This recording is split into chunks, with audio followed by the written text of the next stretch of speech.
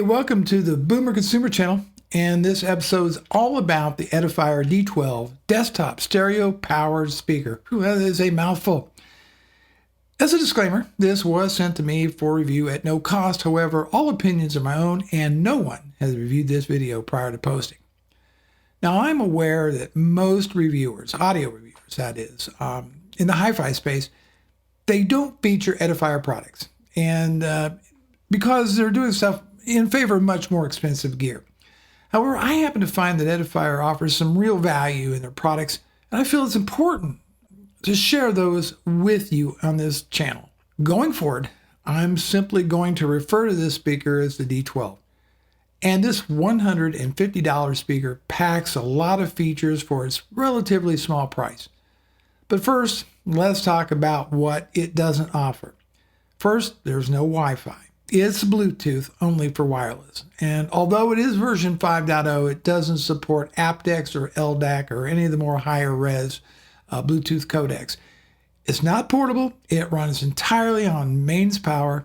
So if these features are a showstopper for you, you probably want to move on to a different video right now. But if you want something that offers a lot more flexibility and terrific sound, well, keep watching this video. The D12 can be used with either as a wireless Bluetooth speaker or wired with its line in and aux input. So connect it to your computer, a streamer, like the Wii Mini, which I dearly love, a tablet, a phone, so forth.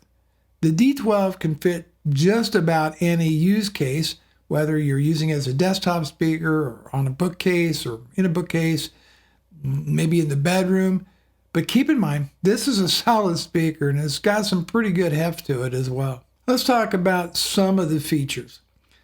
So the D12 has some really good features to it. Let's talk about connectivity, for example. There is an RCA line input, a 3.5 millimeter auxiliary input, a 3.5 millimeter line out for connection to a powered sub. There is Bluetooth 5.0 connectivity. As I said, however, to the best of my knowledge, it only supports the SBC codec. Now, as far as power, the internal Class D amplifier is rated 35 watts per channel, with 15 watts feeding the 3/4 inch Silk Gnome tweeter and the remaining 20 watts powering the front-ported 4-inch mid-bass driver. Frequency response is reported to be 54 Hz to 20 kHz. Now, on the top of the D12, there is mounted controls for bass, treble, and then a combination of volume and input control. Included in the box, you're going to get 2 pair of RCA cables, one of which has a 3.5 millimeter connection, a remote control, and a user guide. The remote is similar to the remotes that has come with a number of the DACs that I've reviewed. Apparently, it's a pretty popular remote to build. It features an off button, an on button, volume up and down, forward and back, play and pause, a movie mode, a music mode, inputs for aux and line, and then Bluetooth, as well as there is a mute button. Now, the movie button attempts to create a bit of virtual surround, but it's not ideal for music and could introduce a bit of distortion with loud passages. So really, if you're listening to music, don't use that. Let's talk a little bit about the build quality of the D12. Weighing nearly 10 pounds, it measures 14 inches wide, 7.25 inches in depth, and 6 inches tall. The cabinet appears to be made from MDF, and Edifier used a walnut vinyl wrap on the sides, and I think it looks very nice. And it also includes a removable grill cover. And all in all, I think the WAF, wife approval factor, should be pretty good, as Mrs. Boomer gave the appearance an overall thumbs up on the appearance of the D12. Now, let's talk a little bit about the sound quality. As a reviewer, I'm in a kind of a damned if you do and damned if you don't to include an audio sample in my review. So here's a clip from YouTube. It's a copyright free, and if this is for those who insist that it's important to the review, albeit it's going through a Rode microphone on the camera. Here you go.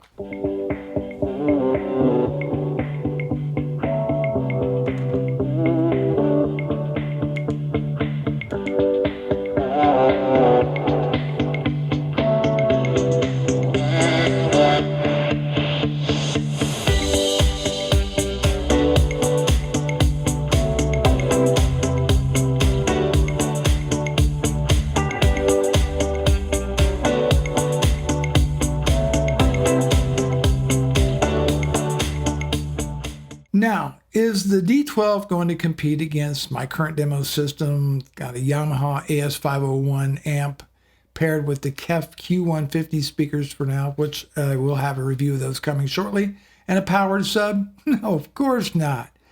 But for what the D12 is, and considering the price of only $150, this speaker punches above its weight. To review audio, I have a number of test tracks that I use, some examples of which include Fleetwood Mac's Landslide. Stevie Nicks' voice was clear, and I didn't notice any sibilance with it, and at no time during any of the test tracks I listened to did I find it fatiguing to listen to. Now, another track that I usually listen to is the Tennessee Waltz from Alan Taylor.